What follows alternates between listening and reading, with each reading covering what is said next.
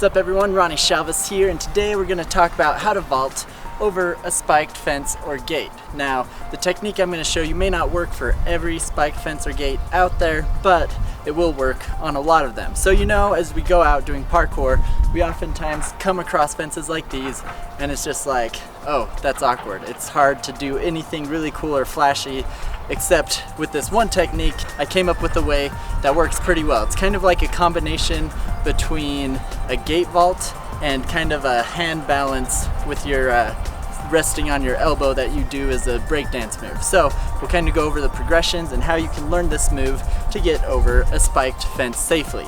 Now, remember, a spiked fence does have spikes, so you want to make sure that when you do try to learn this trick that you've already learned all the prerequisite moves and progressions we'll talk about in this video before trying it, so that you don't fall on the fence and impale yourself, because I can't have that on my conscience. So please be careful learning this move, and you can actually learn this move on a normal bar before actually attempting it on a spiked fence. So basically with this move, when you come up to a spiked fence, you want to find a spot. Generally there's always kind of a support pole in the middle of the fence, and generally it has a flat enough of a top for you to plant your hand on top of it. Not always, but a lot of times there is.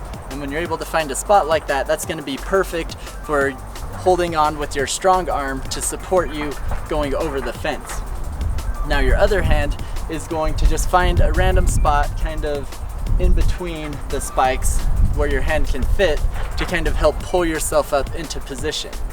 Now once you pull yourself up into position, ideally you want to try and get into the position where you can twist your wrist around and have your elbow facing your body and kind of center of your body, so that you can begin resting on it and leaning on it.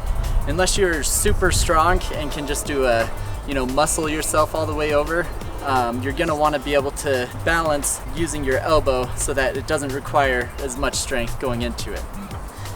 So then once you get into that position and get on your elbow, then it's just a matter of physics. You're just gonna let yourself start teetering forward, and you're going to kind of kick your feet up a bit, hold your body rigid and strong, and just kind of kick your legs over and just balance and control it as you swing and kick your legs over. And then once you know your legs are clear, then you can push away and land the vault.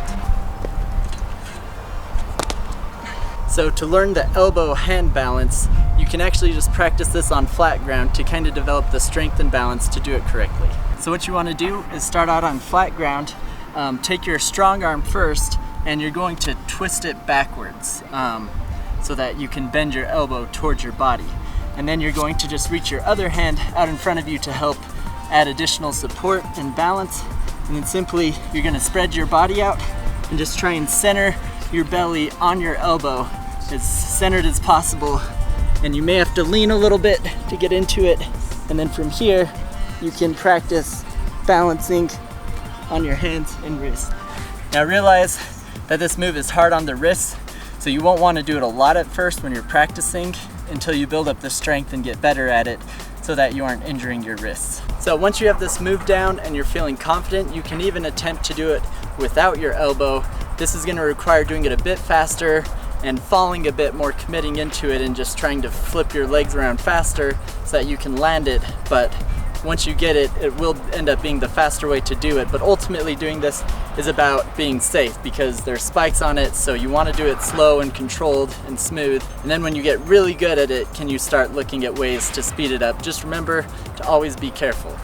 Now you can obviously simplify the vault and just simply, once you get up into that position where your hips are at the bar level, you just do a little pop vault over it.